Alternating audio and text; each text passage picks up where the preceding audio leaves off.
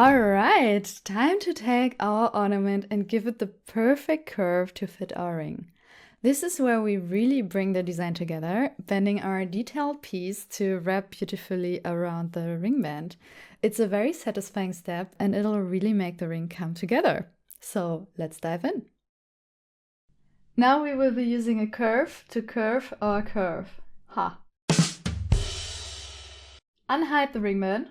So we could just use Shift D, make a copy, delete the mirror, and to bring it back into the absolute center, we can do Shift S and selection to cursor.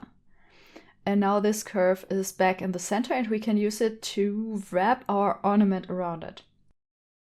If you go to the curve data, let's get rid of the extrusion and let's get rid of the depth profile so that it is just a naked curve again, and let's call it ornament ring curve. Now let's go to the modifier tab on our ornament. We can hide the end menu for now. Let's now give our ornament a curve modifier. We can just go into the modifier tab, click on that modifier and search for curve, and that should bring it right up. And then you can select the ornament ring curve with the eyedropper, or you can just click in here as well and select the ornament. And that should curve our ornament around the curve. If this looks kind of awkward and not the way you want it, you can also change the deformation axis. And in this case, we can try it out a little bit until we find a variant that we like. For me, it's -X.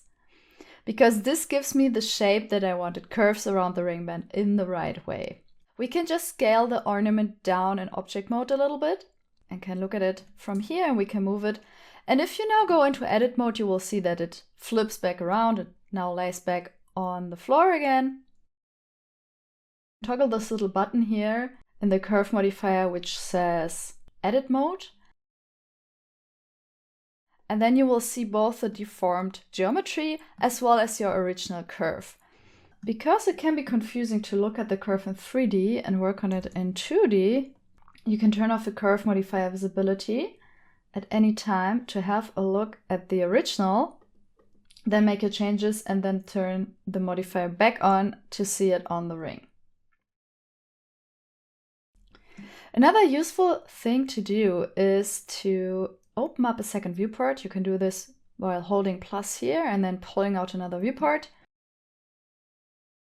And then get into a nice 3/4 view here. Let's hide the N menu and the T menu as well.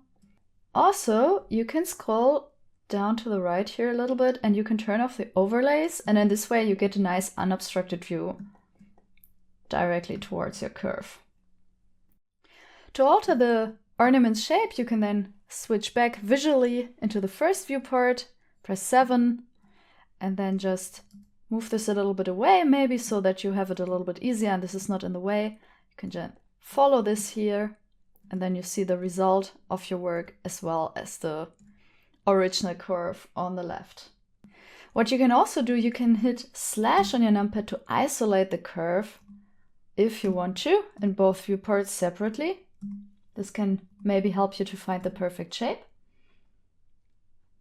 If you move the curve along the z-axis at some point accidentally and it lost its nice curved shape around the ring, then there's an easy way to fix. You can just select all.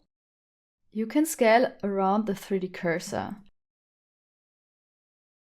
And if you now use S, Z, and 0, it will become flat at the height of the 3D cursor. And in this way, you will ensure that this just follows the flow of the curved ring band very nicely. Now feel free to alter your first ornament in any way you want. Don't be afraid to make mistakes. It will still be possible to change the geometry later.